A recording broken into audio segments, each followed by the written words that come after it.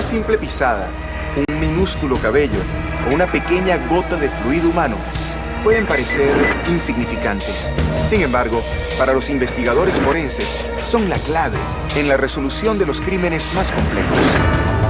The History Channel estrena una serie donde conocerás cómo surgieron las más avanzadas técnicas de investigación criminal, tecnología forense.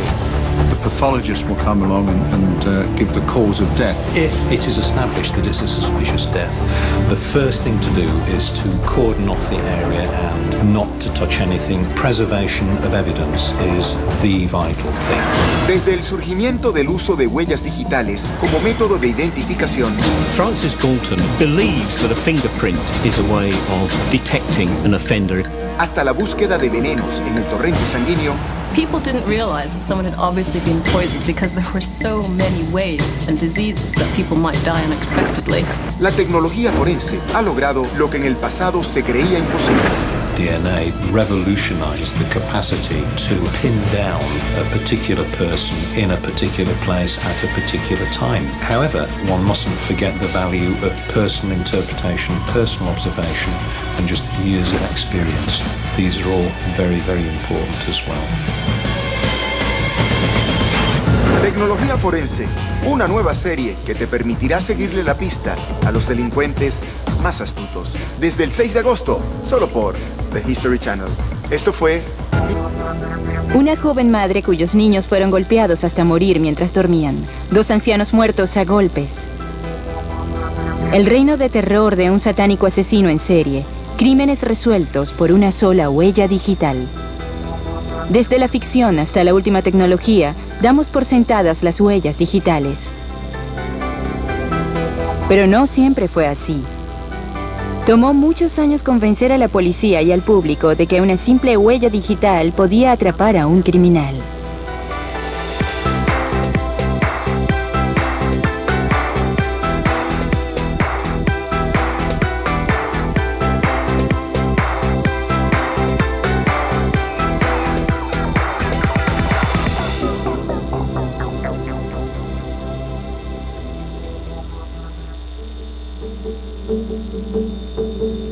La primera vez que una huella digital atrapó a un asesino fue en junio de 1892, en el pueblo de Necochea, en Argentina.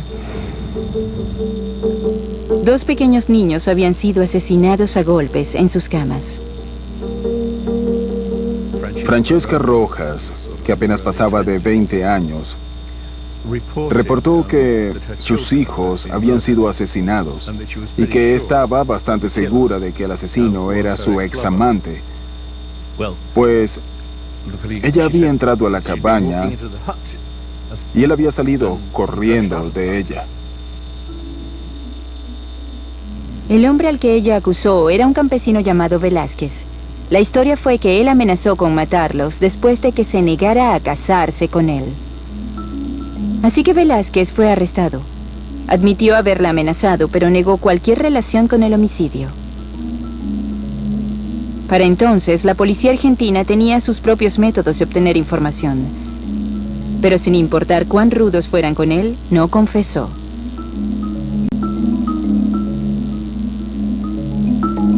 Finalmente, la policía comenzó a sospechar de la propia madre. Descubrieron que recientemente había tomado un nuevo amante joven. Él le dijo que de no ser por los niños, podrían casarse. Tontamente, ella les contó a otras personas lo que él le había dicho. Así que mientras Rojas estaba trabajando, el jefe de policía Álvarez regresó a la escena del crimen. En el ruinoso hogar no encontró nada, pero luego su suerte cambió. En el marco de la puerta descubrió sangre seca. En ella había una huella digital. El jefe de Álvarez era un gran partidario de la nueva y revolucionaria idea de usar huellas digitales para la identificación. Con su navaja, cortó la madera que contenía la huella. Fue esta huella en la sangre, al ser examinada, la que se comprobó que era la huella de la madre. Cuando se le mostró a Rojas la evidencia de la huella digital, se derrumbó y confesó todo. Entonces se dieron cuenta de que, de hecho, la madre había matado a sus propios hijos por ser hijos ilegítimos. Ella deseaba casarse con un hombre en particular y ese hombre había dicho que no se casaría con ella mientras tuviese hijos ilegítimos, así que ella los mató. Y así fue como se resolvió el primer caso de huellas digitales en el mundo. La sola visión de la huella fue suficiente para hacerla derrumbarse. Ella debió saber que solo su dedo concordaría con la huella. Argentina fue el primer país del mundo en usar huellas digitales en la lucha contra el crimen. En la década de 1890 la ciencia era nueva y no era ampliamente aceptada. Las huellas digitales son solo un simple detalle anatómico. La razón biológica de las huellas digitales es para ayudarnos a sujetarnos, para poder asirnos de las cosas. También ayudan al proceso de enfriamiento del cuerpo. Extendiéndose por el tope de todos los surcos, tenemos las glándulas sudoríparas que segregan este fluido, que de hecho está compuesto de una variedad de químicos a los que nos referimos comúnmente como sudor. Cuando tocas una superficie, dejas el sudor con la forma de tus surcos o patrones. Estas variaciones en los patrones se desarrollan en el útero. Para el cuarto mes de embarazo ya están fijos y permanecen así durante nuestras vidas. Las civilizaciones antiguas vieron la importancia de las huellas digitales.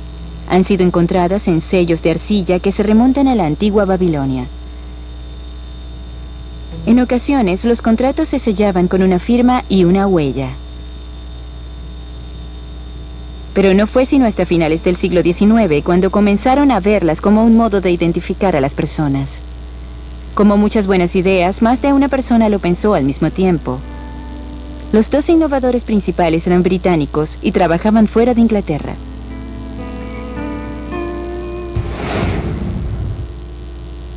Uno de ellos era el Dr. Henry Folds, un escocés que trabajaba en Tokio. Había estudiado las huellas digitales luego de notarlas en la alfarería japonesa. Escribió a la respetada publicación científica Nature en 1880 diciendo que pensaba que las huellas digitales podrían usarse para identificar criminales. Se dio cuenta de que, al parecer, no había dos huellas digitales similares. Y un policía que conocía de su interés en las huellas digitales lo visitó para discutir un caso de robo en el cual se había descubierto una huella en el hollín de una pared y le preguntó si podría ayudar a identificar a un hombre que ya había sido arrestado. Así que tomó las huellas digitales del hombre que había sido arrestado, las comparó cuidadosamente con las de la pared y dijo, no, este no es el hombre. Poco después arrestaron al hombre correcto y una vez más logró mostrar que las huellas concordaban. El otro innovador fue William Herschel, un funcionario que trabajaba en la India y que había usado huellas digitales para firmar contratos desde 1860. Herschel usó un sistema de huellas de dedos y manos para poder decidir cuáles miembros del antiguo ejército hindú debían recibir pensiones, para reducir las oportunidades de estafadores que se presentasen y dijesen, yo serví en el ejército y por lo tanto debes pagarme una pensión. Esto se había hecho por algunos años allí. Los registros mostraban que las huellas digitales de los soldados no cambiaban con los años. También creían que algunas personas estaban aplicando más de una vez para una pensión y defraudando al sistema. Así que comenzaron a usar esas huellas digitales para identificar a esas personas que trataban de defraudar al sistema, algo que los viejos soldados podían intentar hacer. Herschel también envió sus descubrimientos a Nature. Pero saber que las huellas son únicas es una cosa. Organizar ese conocimiento para que una huella pueda ser vinculada a una persona específica es otra muy distinta. Folds y Herschel deseaban fama como pioneros. Pero el verdadero avance llegó de un hombre que ya era un científico establecido, Francis Galton. Francis Galton es un importante científico y antropólogo en Inglaterra a finales del siglo XIX y está fascinado por el deseo de identificar a los reincidentes. Galton tenía mucha credibilidad porque era una de las principales figuras científicas del momento, con una enorme reputación internacional, y también sacaba provecho de los lazos familiares que tenía con Charles Darwin. Galton era el primo segundo de Charles Darwin y como su famoso pariente estaba muy interesado en la antropología. Y seguía una serie de métodos científicos como las fotografías compuestas de criminales y creía que una huella digital era un modo de detectar a un criminal si había dejado un rastro en algo. Gracias al trabajo de Galton, las huellas digitales se convertirían en el principal modo de identificar criminales.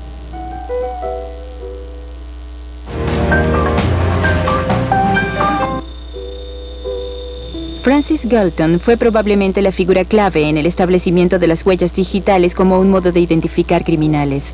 En 1892 publicó Fingerprints, el primer libro importante sobre la materia. Descubrió que los patrones de huellas digitales se dividen en grupos, algo muy útil si intentas hacer concordar una huella con un individuo. Las dividió en 3 categorías principales: bucles, espirales y arcos. Los arcos generalmente entran por un lado, suben levemente, se elevan en el centro y salen por el otro lado. En el arco de tienda, que es un patrón un poco menos común, los surcos entran por la izquierda y suben por lo que llamamos un poste de tienda, así que se elevan mucho más que un arco normal y salen por el otro lado.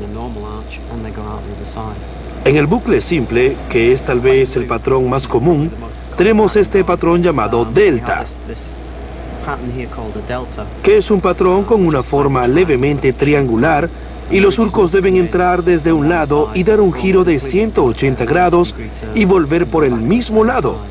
Y parece que el bucle está levantando su cabeza en medio del delta allí.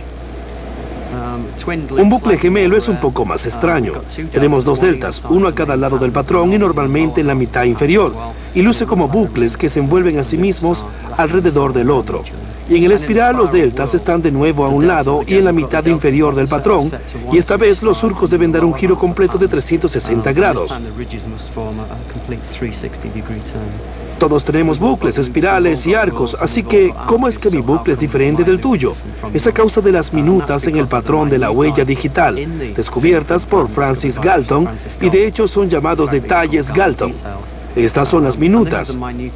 Si observas con cuidado donde el surco se divide en 2, eso se llama una bifurcación, y donde el surco llega al final es llamado una espuela o extremo de surco, y hay una media docena de estos detalles Galton en una huella digital. Y la razón por la que cada huella digital es única y de que nunca se encuentren 2 huellas iguales es a causa de la ubicación de estos detalles Galton en el patrón. Por lo tanto, es realmente imposible 2 huellas iguales.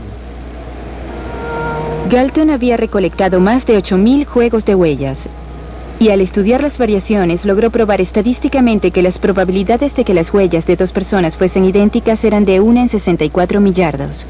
Esto le daría a la policía un modo infalible de identificar criminales. Y aún más, estaba preparado para dedicar tiempo y esfuerzo para publicitar esta causa. Lo que estaba muy bien, pues aunque todo esto nos parezca obvio ahora, en ese momento debía convencer a todos. Lo que hizo Galton fue basarse en todo el trabajo que se había realizado sobre huellas digitales tan remoto como pudiese encontrar, para demostrar su valor y su potencial. Obviamente para su libro Fingerprints, pero también para animar al Ministerio del Interior en Gran Bretaña a establecer una unidad que estudiase las huellas digitales y su valor. A pesar de todo el duro trabajo y de muchas publicaciones, Francis Galton aún tenía la ardua labor de persuadir a un público escéptico de que las huellas digitales eran el mejor método de identificación. En ese momento, el método preferido por la policía de todo el mundo era el bertillonaje. Fue bautizado así por su inventor Alphonse Bertillon, quien trabajó para la policía francesa. Se había unido a la policía como oficinista, y su padre estaba muy interesado en las estadísticas. Él comenzó a pensar en cómo podías clasificar criminales de modo de poder colocar sus estadísticas y luego consultarlas en un archivo. Uno de los problemas de la policía era que arrestaban a alguien pero no tenían idea si esa persona tenía antecedentes criminales. Bertillon se dio cuenta de que hay ciertas medidas que obviamente no cambian. Por ejemplo, el tamaño de tu cabeza.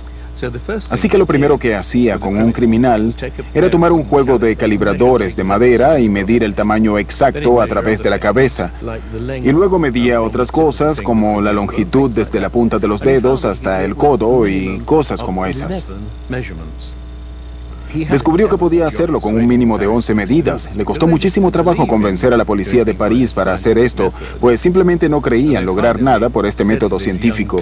Finalmente le dijeron a este joven oficinista que los molestaba sin descanso, que presentase su sistema.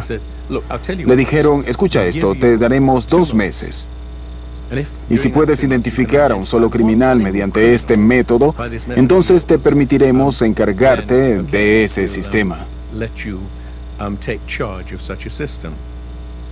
Bien, ya casi había pasado el tiempo. Solo quedaba un día. Y a media tarde estaba midiendo a un criminal. Fue a los archivos y para su absoluto deleite lo encontró. Así que se fue a casa y le dijo a su familia y a su prometida, lo logré, lo logré. Y por supuesto lo pusieron a cargo del sistema y en poco tiempo estaba atrapando docenas de criminales. Cuando un criminal era capturado, sus detalles eran comparados con las fichas en el sistema. Si se encontraba una concordancia, el nuevo delito era registrado en la ficha. Si no, se creaba una nueva ficha y quedaba registrada en los libros. El problema con el sistema de Bertillon era que debías tener a un oficial de policía que se tomase la molestia de tomar todas esas medidas con mucha precisión. Era un buen sistema, y ya que medía partes del cuerpo y podías consultarlo e indexarlo, era bueno. Pero cuando fue necesario lidiar con un gran número de criminales que eran arrestados y llevados a las estaciones de policía o a quienes se les tomaban las medidas en prisión, no todos tenían el mismo cuidado que el propio Bertillon. Así que no siempre se podía confiar en la experticia de las personas.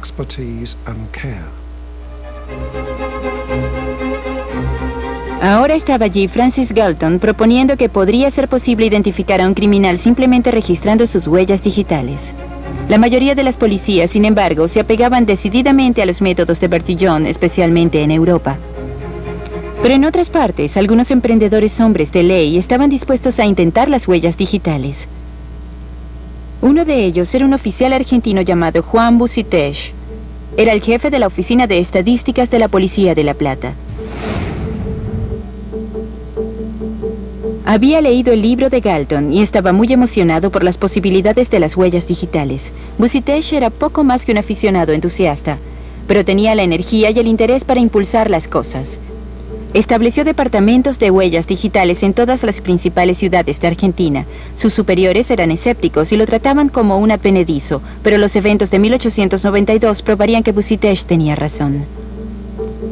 Fue uno de sus colegas, el jefe de policía Álvarez, quien recordó las técnicas presentadas por Bucetich y quien logró aplicarlas al caso de Francesca Rojas. Sin ninguna otra evidencia directa que la conectase con el crimen, logró atrapar a su asesina y liberar a un hombre inocente. Para 1896, Argentina y la mayoría de los países de América del Sur habían aceptado las huellas digitales, gracias a la persistencia de Juan Bucetich. Mientras tanto, en Europa y particularmente en Francia, el sistema Bertillon continuaba usándose. Pero tomar medidas corporales consumía tiempo. Era fácil cometer errores. Finalmente, el propio Bertillon comenzó a incluir huellas digitales en las fichas, pero para entonces el sistema comenzaba a parecer obsoleto. Lo que finalmente desacreditó al sistema Bertillon fue que en el primer año de la oficina de huellas de Scotland Yard, realizaron muchas más identificaciones mediante las huellas digitales de lo que habían hecho jamás con el sistema Bertillon. Y fue simplemente un proceso natural en el que las personas no se molestaron más con las medidas de Bertillon, pues no eran necesarias. Se volvió más o menos loco y probablemente la razón de esto fue simplemente la presión de saber que en lugar de morir pensando que había inventado un método maravilloso para atrapar criminales, tendría que pensar que había inventado un método maravilloso y que no era el correcto.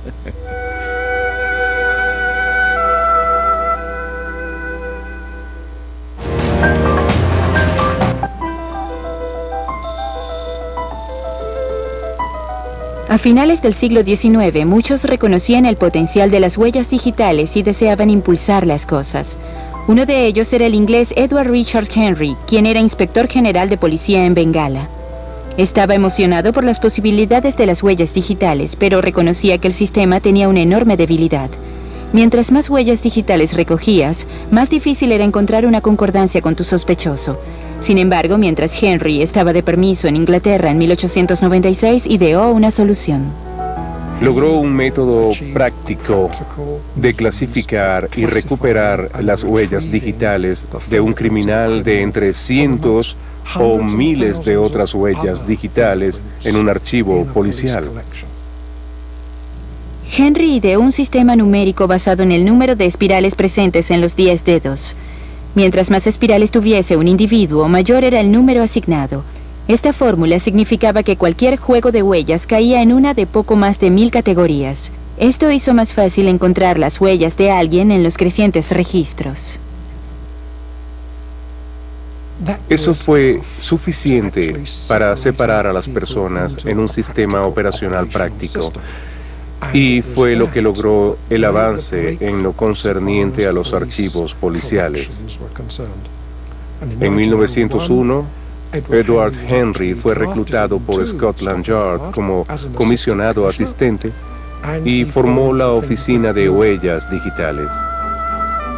Luego, este patrón fue imitado por otros países y su sistema se empleó por todo el mundo. Para 1905, el nuevo departamento de huellas digitales de Edward Henry tenía unos 85,000 juegos de huellas en sus archivos. En ese mismo año se logró un importante hito.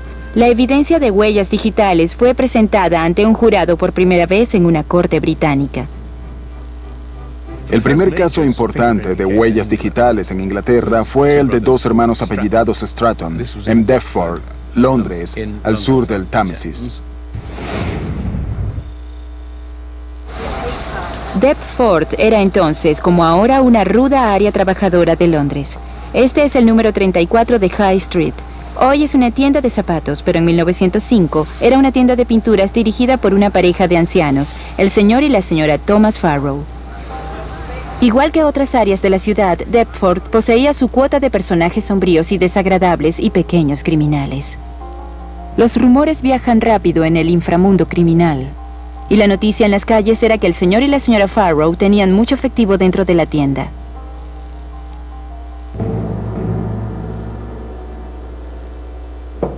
Cerca de las 7 de la mañana del lunes 27 de marzo, el señor Farrow atendió un llamado a su puerta. El anciano caballero fue confrontado por dos hombres que vestían máscaras de medias de seda. Forzaron su entrada a la tienda y procedieron a golpear al señor Farrow hasta matarlo. La señora Farrow estaba arriba, sin duda aterrada por la conmoción que podía escuchar procedente de la tienda. Los dos hombres no tuvieron piedad. Ella también fue atacada y golpeada hasta dejarla inconsciente. Murió 3 días después en el hospital. Luego de matar al señor Farrow y herir fatalmente a su esposa, los atacantes desecharon sus máscaras. Encontraron la caja de ahorros, la forzaron y tomaron la minúscula cantidad de dinero que los Farrow guardaban allí. Los ladrones no imaginaban que habían dejado atrás una pista vital. Bajo la cama encontraron la caja de ahorros que había sido forzada. Y en esa caja había una sola huella digital ensangrentada. Convencidos de que los hombres eran locales, la policía visitó e interrogó a todos los criminales conocidos en el área de Deptford. Finalmente llegaron a la casa de dos hermanos bien conocidos por la policía, Alfred y Albert Stratton. A pesar de estar en sus 20 años, ambos tenían varias condenas por allanamiento y robo. Alfred no estaba, pero sí su novia. Recientemente él le había causado un moretón en un ojo y ella aprovechó la oportunidad para vengarse. Además, tampoco estuvo conmigo toda la noche. ¿Con quién estuvo? Le dijo a la policía que los hermanos habían estado fuera toda la noche. Cuando Alfred finalmente llegó a casa, se había quitado su chaqueta y la había quemado. También había pintado los zapatos que había calzado. No tomó mucho rastrear y arrestar a los Strattons. En la estación de policía de Tower Bridge les tomaron sus huellas. La huella del pulgar en la caja de ahorros parecía corresponder a la de Alfred Stratton, tomada por la policía. El juicio de los hermanos Stratton en mayo de 1905 fue un momento crucial para las huellas digitales. Ningún jurado había tenido que llegar a un veredicto con la evidencia de una huella. Para la defensa, la tarea era simple: probar que la evidencia de la huella digital no era confiable y que, en cualquier caso, la huella en la caja de ahorro simplemente no era la misma que la tomada de Stratton en la estación de policía. La fiscalía aceptó que había varios puntos diferentes entre la huella de la caja de ahorros y la huella tomada del pulgar de Stratton, pero argumentó que las discrepancias eran causadas por las diferencias en la presión. Así que tomaron las huellas de los miembros del jurado varias veces para demostrar cómo podía ocurrir eso. Cuando observaron cuidadosamente la huella en la caja de ahorros y luego la compararon con las huellas digitales de ambos hermanos, pronto descubrieron algo similar a la huella del pulgar derecho del hermano mayor, y ese fue su final. El juicio Stratton significó un riguroso examen en la corte del proceso de las huellas digitales. Al final, el jurado quedó convencido. Los hermanos Stratton fueron hallados culpables de homicidio. Las huellas digitales habían tenido su propio juicio. Con cada uno culpando ruidosamente al otro por los homicidios, Alfred y Albert Stratton fueron al patíbulo juntos el 23 de mayo de 1905.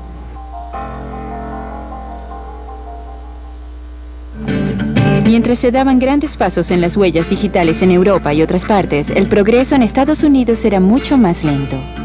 En Estados Unidos, de hecho, comenzaron a usar huellas digitales mucho después que en Inglaterra. Pero luego hicieron grandes avances, pues los policías estadounidenses estaban mucho más obsesionados por atrapar criminales. Para empezar, Inglaterra tenía una baja tasa de crímenes, unas 150 emergencias al año, mientras que muchas grandes ciudades en Estados Unidos como Nueva York y San Francisco tenían eso en un mes.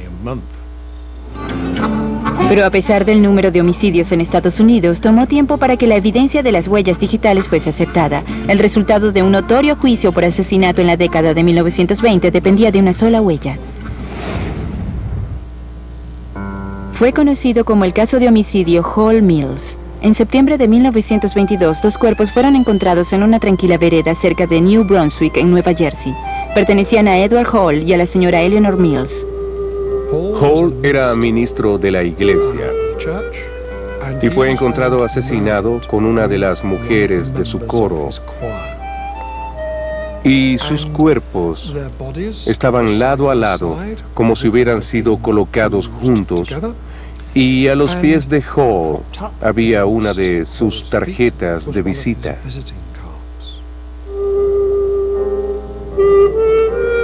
Sucedía que Hall y Mills habían sido amantes y que la esposa de Hall, Frances, lo había descubierto. Tenía 2 hermanos robustos, Henry y William Stevens. Eran los principales sospechosos. Los 3 fueron arrestados e interrogados, pero una serie de errores administrativos forzaron su liberación por un tecnicismo. En 1926 surgió nueva evidencia. El caso fue reabierto y la señora Hall y sus hermanos finalmente fueron llevados a juicio. Lo único que era claramente objetivo era una huella digital encontrada en la tarjeta de visita a los pies de Hall. De hecho, pertenecía a Willie Stevens, su cuñado. Fotografías ampliadas fueron usadas por la Fiscalía en la corte para explicar la evidencia de la huella digital y exactamente por qué la huella probaba la culpabilidad de William Stevens. La defensa no pudo explicar cómo llegó esa huella a la tarjeta, pero a pesar de ese hecho, el jurado no los condenó. Tal vez si el fiscal a cargo del caso no hubiese sido un capitalino que obviamente había molestado a las personas locales con su actitud, el jurado podría haber llegado a una decisión diferente.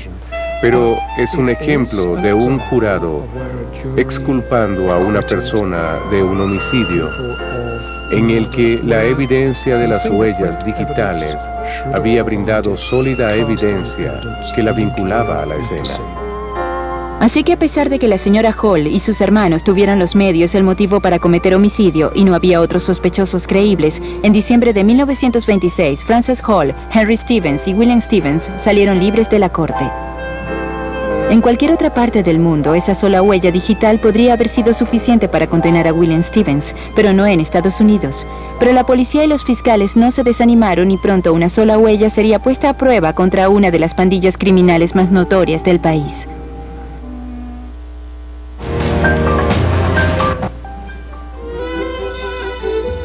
El caso Hall Mills le había dado una enorme publicidad a las huellas digitales y, por supuesto, el mundo criminal también había tomado nota. Ahora sabían que debían borrar la evidencia de sus crímenes. Pero no siempre tenían éxito. Incluso si dejaban una sola huella, podía ser suficiente. La pandilla Flegel creyó haber limpiado de huellas su auto de escape, pero no fue así. Dejaron una huella digital. Hubo un robo a un banco en el Medio Oeste, en el que 4 hombres entraron en el banco, y cuando el gerente del banco trató de alcanzar un revólver, fue asesinado de inmediato. Luego, el hijo del gerente del banco corrió hacia el cuerpo de su padre y también le dispararon. Los hombres escaparon llevándose 2 rehenes.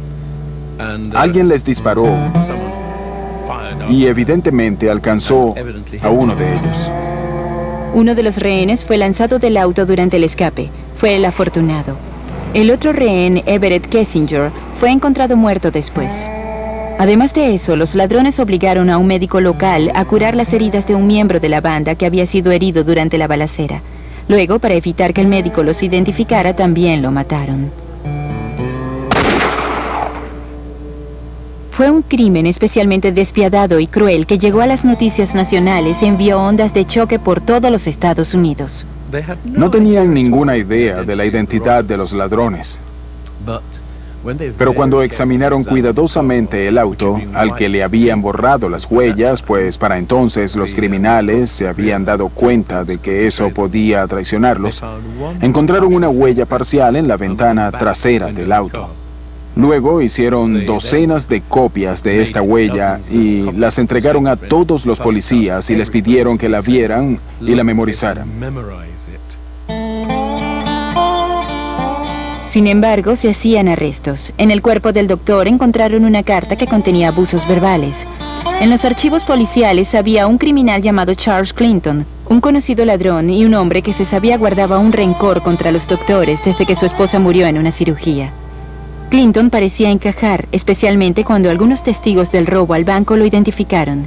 Así que Clinton fue arrestado y acusado del robo y los homicidios. Pero hubo un retraso antes de su juicio. De hecho, pasó más de un año luego del arresto de Clinton para que la huella en el auto finalmente llevase a la policía en una dirección diferente. Pasaron meses y meses hasta que un detective recibió información de un criminal en otro lugar del Medio Oeste y pensó haber visto las huellas de ese hombre. Y de pronto lo supo. Sí, esa es la huella que me ha estado preocupando. La huella digital del hombre que se hacía llamar William Holden, de hecho pertenecía a Jake Flegel, el líder de la notoria pandilla Flegel. Eso resolvió el caso. Y de hecho arrestaron al hermano de Jake Flegel y a otros 3 cómplices y los llevaron a juicio. Charles Clinton había sido víctima de una trampa. Previamente había tenido una pelea con Ralph Flegel, quien en venganza había plantado la carta en el cuerpo del doctor muerto.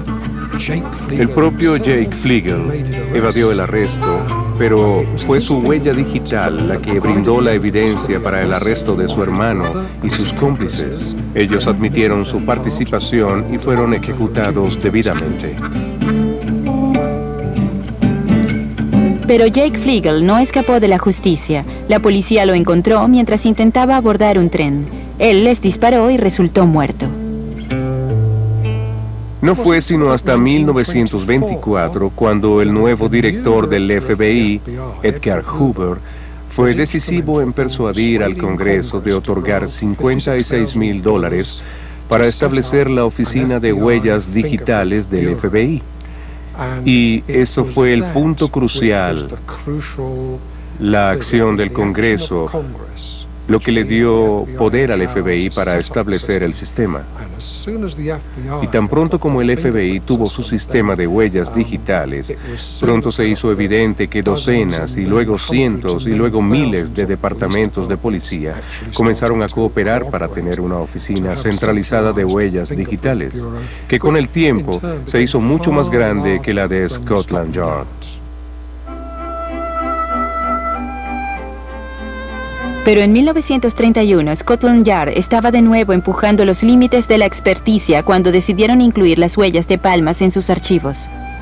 Los patrones en las palmas de las personas son realmente los mismos que en sus huellas digitales, y en ocasiones tenías la huella de una palma que aparecía en la escena de un crimen. Pero tendría que ser un archivo separado, y de hecho Scotland Yard desarrolló su propio archivo de palmas. El archivo fue iniciado por el superintendente en jefe Fred Sherrill, quien era uno de los principales partidarios de las huellas digitales en la policía. Fred Sherrill fue uno de los más famosos oficiales de huellas en la historia de Scotland Yard, y escribió un libro llamado The Fingerprint System at Scotland Yard.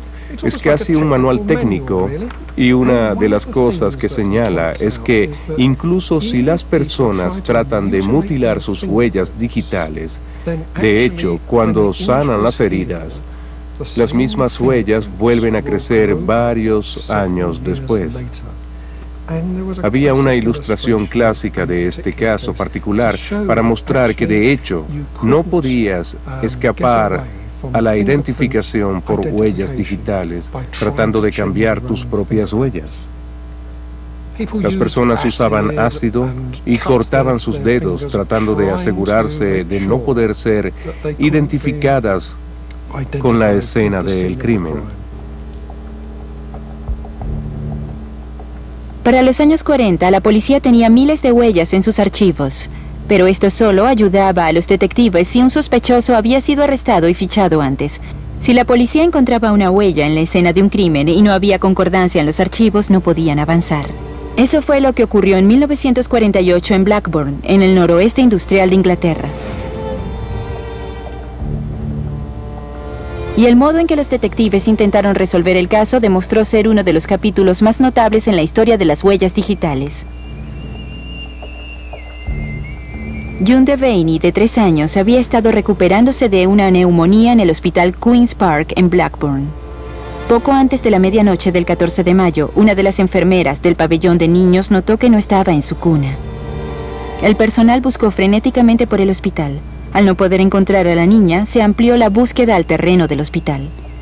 A las 3 de la mañana se hizo el sombrío descubrimiento del pequeño cuerpo de June Devaney.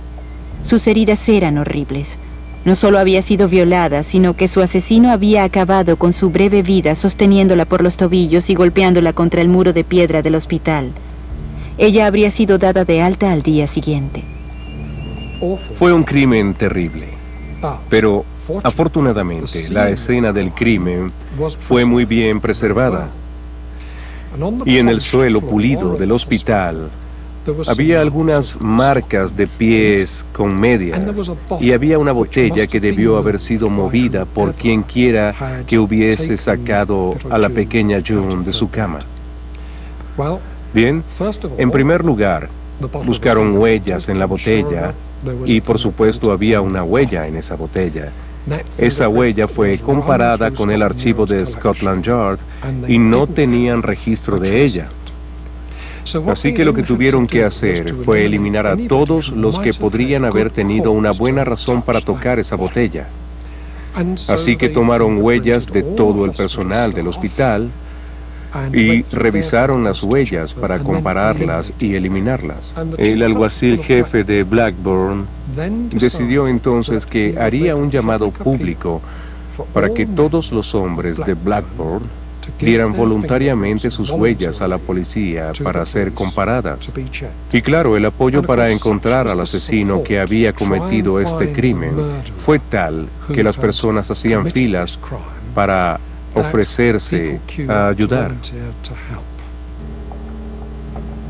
Fue una tarea monumental que involucró más de 40.000 juegos de huellas y visitas a unos 35.000 hogares diferentes. Y finalmente se llegó al punto en el que había 46.000 huellas digitales de personas que habían sido revisadas, pero aún no había señales de ese patrón de huellas.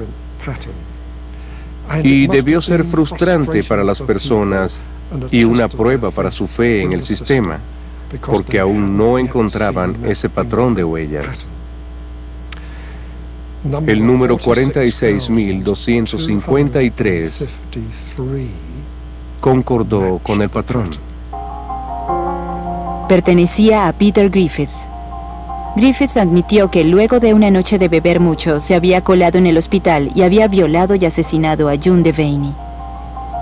Tenía un historial de inestabilidad mental y se supone que le dijo a la policía que esperaba recibir lo que merecía. Fue colgado en la cárcel de Walton, Liverpool, el 19 de noviembre de 1948.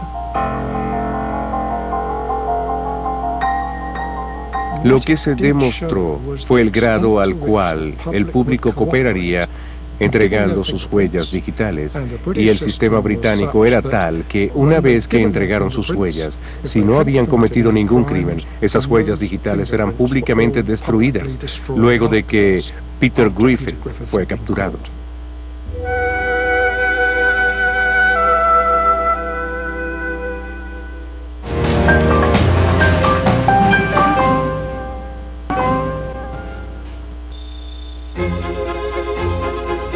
Para los años 60, las huellas digitales eran consideradas un modo infalible de identificar a los criminales. Buscar huellas en la escena de un crimen se hizo algo común y se crearon técnicas para hacer que todo el proceso fuese tan preciso como era posible. Los investigadores de las escenas de crímenes traían una caja de trucos con ellos para poder procesar la escena. Este es un maletín de huellas digitales. Es el tipo de equipo que un investigador llevaría a la escena de un crimen y contiene todo el equipo relevante para mejorar y recuperar huellas digitales. Tenemos distintos tipos de polvos. Tenemos polvos granulares, blancos y negros. Este es quizás el polvo para huellas más ampliamente usado. Es polvo de aluminio. Es el polvo que usamos para levantar huellas digitales. Luego tenemos polvo magnético, que es muy bueno para obtener resultados instantáneos en objetos de papel o cartón. Son limaduras de hierro cubiertas de carbón y usamos un cepillo magnético. Haré una demostración. Si coloco algunas huellas en ese papel, muchas veces los criminales pueden, veamos, sí, haber entrado a una oficina y haber sacado papeles de una gaveta o algo así. Así que cepillamos las limaduras de hierro a través del papel. Como pueden ver, obtenemos un resultado instantáneo. Podemos asegurarlo en su lugar colocando cinta adhesiva encima. Tenemos un cepillo de carbón aquí con el que usamos un movimiento circular al buscar huellas en una superficie lisa y brillante. Un movimiento circular. En ocasiones ven en la televisión que pintan el polvo y eso está mal, pues no puedes ver en qué sentido están los surcos hasta que has mejorado la huella, así que podrían estar a 90 grados y existe la posibilidad de destruir la huella. Eso aumenta la capa de polvo de aluminio en los surcos. Una vez que encontramos nuestra huella, debemos levantarla y es simplemente un asunto de tomar cinta transparente y presionarla sobre la huella.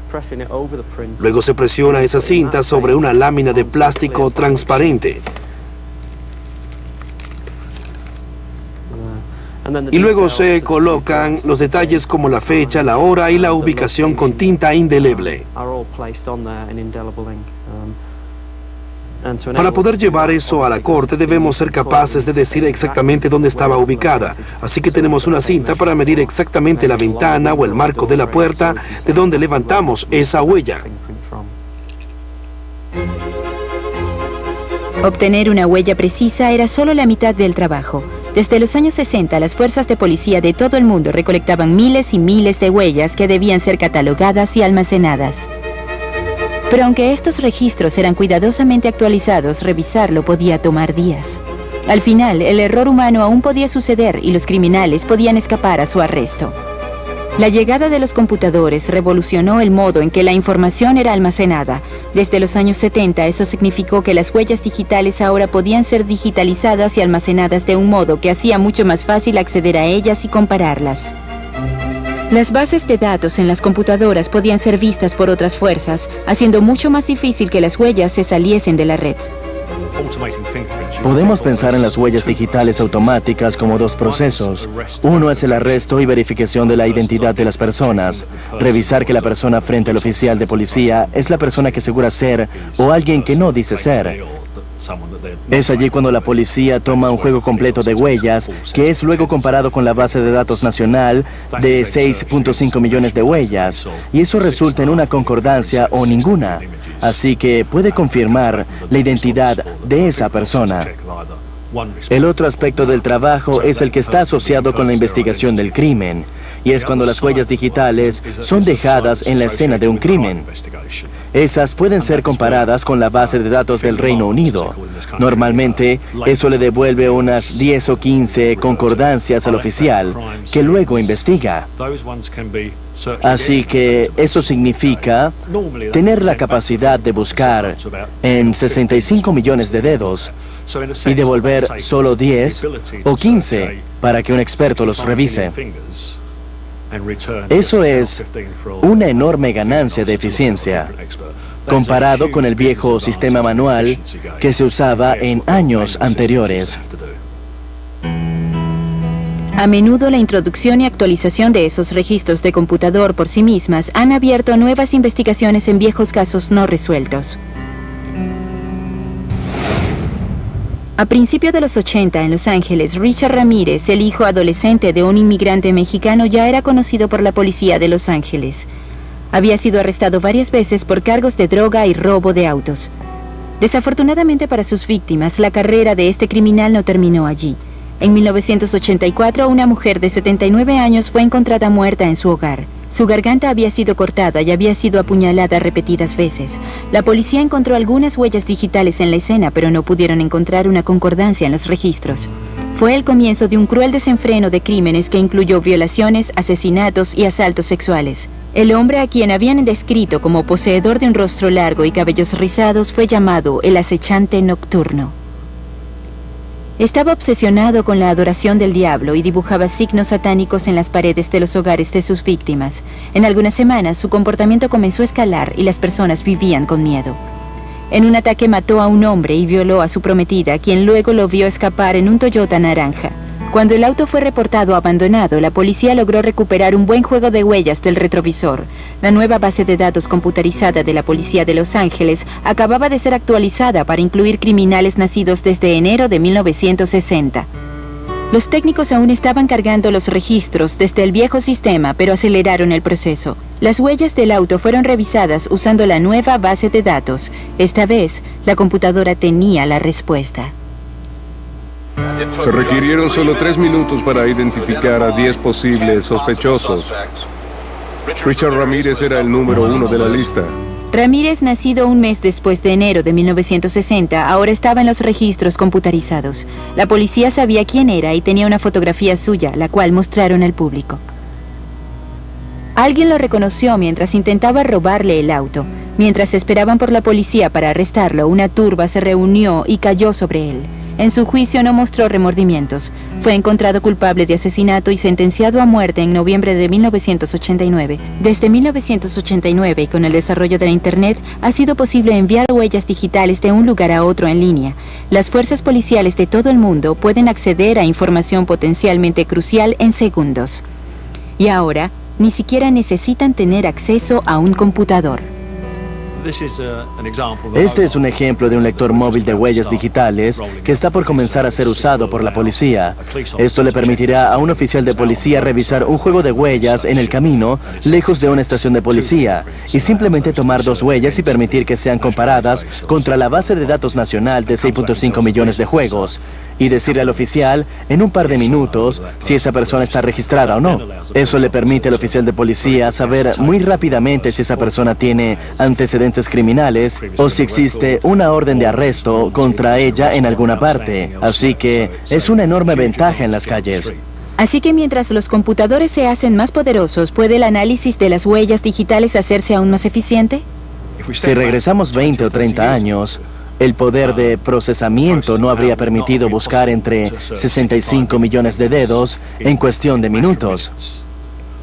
Por ejemplo, el sistema probablemente sea capaz de realizar todos esos tipos de búsqueda que mencioné a unos 6 millones de comparaciones de dedos por segundo.